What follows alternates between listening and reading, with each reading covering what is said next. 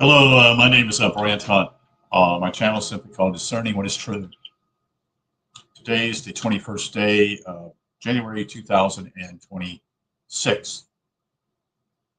And I'm going to be broadcasting today with a book called Kabbalah and Exodus. The title of the chapter is Instruction of Man. This is coming from chapter 20 of Exodus. So thank you for being here. And hope this helps you to understand. This is chapter 23 of the book, though, and it's simply called Instruction of Man, as I said earlier.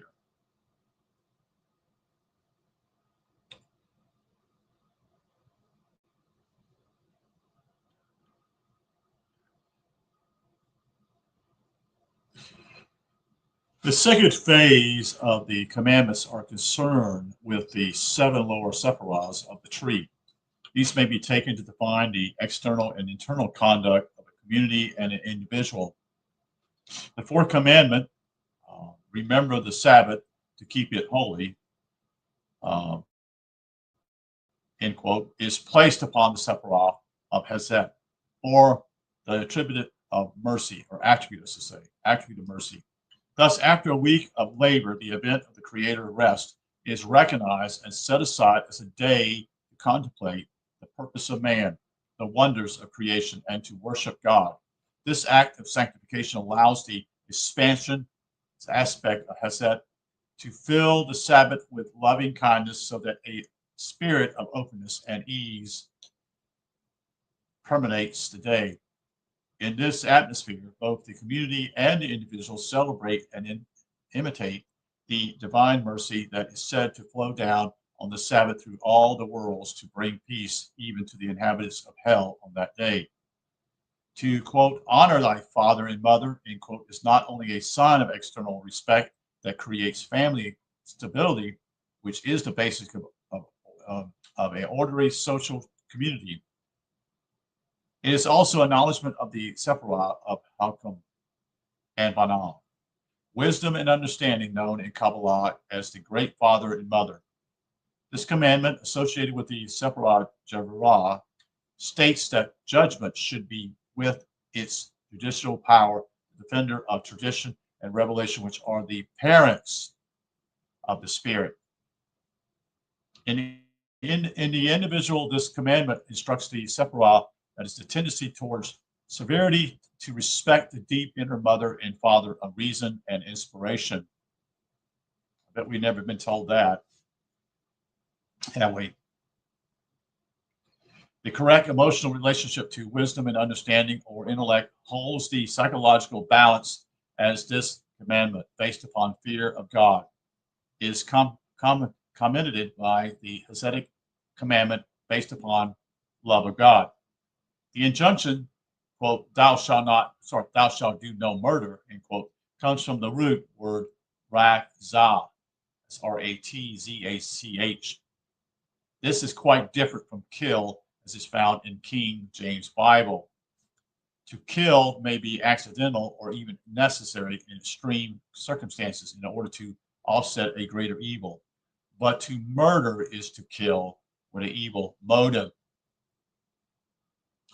Besides its obvious social reasons, the esoteric meaning becomes plain when the commandment is seen to be placed at the temporal of the tree.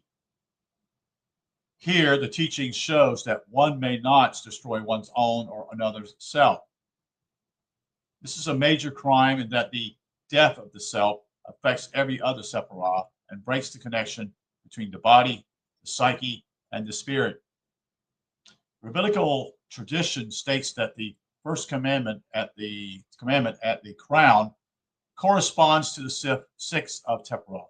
This is borne out in the statement, quote, I am the Lord thy God, end quote, which is associated with the crown of every tree. Thus, murder by bringing about premature physical death destroys the hope of the psyche and the possibility of growth of the spirit.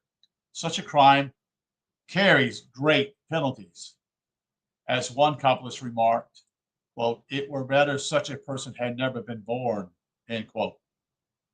Yes, invested in one. That's why it says, I think it's in the New Testament, invested and never been born.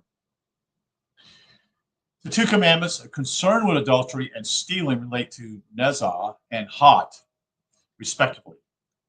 On the tree of the commandments, they sit upon the two sephirah that act as a bridge between the psyche and the body. Thus, the commandment against adultery is to guard against improper use of mixing of levels as well as sexual irresponsibility. The misuse of acquired powers to bring about a desired effect is a case. Magical charlatanism is a form of esoteric seduction or psychological adultery. The commandment upon stealing refers to thievery of ideas or emotions as well as physical goods. Spiritual adultery and stealing are to be observed in those who mix and adulterated theory and practice from different disciplines for ego reasons. This not only renders the original teachings impure, but weak and distorted. Many people have destroyed their own and other possibility of spiritual growth by breaking these two commandments in the upper worlds. Such infringements of law are sometimes of greater consequences than their physical counterparts. This leads directly on to the ninth commandment. Quote, do not bear false witness, end quote, means to shun lying, not only about one's neighbor, but also to oneself. This phenomenon is seen in the ego's relationship at Yesod to the self above as temporal. Thus, the ego, perhaps inflated by an image of its spirituality, stands before the world and God as a false witness to the truth. This commandment is as important as the injunction not to murder, and it is set upon the central column, which is always related to will. Thus, any intention upon this axis of consciousness directly affects the connection with the divine. This is why the last commandment at Maku, that's spelled M-A-L-K-H-U-T, is in esoteric terms concerned with the grave sin of denial of the holy presence. Quote, do not cover, end quote, not only applies to another's property, but to coveting. I'm sorry, I said do not cover. I meant to say do not covet. Not only applies to another's property, but to covet in that which belongs to God. The bottommost sephirah is the kingdom, as such contains all the grace that has come down from above. Thus, the universe and everything in it belongs to the Lord. A human being may borrow for his time on earth those things he is given by providence, but he may not consider them as possessions because they are all gifts. An individual who believes he is the owner of his property or even of his body is deeply mistaken. To covet another's wealth is not only to be deluded, but to deny the true source of everything one is or has. This is in Kabbalistic work, one of the most dangerous misdemeanors, because it generates the evil of spiritual pride, which caused Lucifer's fall. The foregoing illustration, the interconnection between all the commandments as they are set out on the tree. Rabbinical commentary on the Decalogue draws the commandments together into a unity so that the breaking of one is seen to affect the others. To Kabbalists, this is perceived in both outward, social, and religious occasions, and an inward psychological and spiritual manifestation as events in any world or level must have what I call repercussions in all the others. The placing of the Decalogue on the tree not only reveals the principles underlying the commandments, but an insight into the sephirah in action.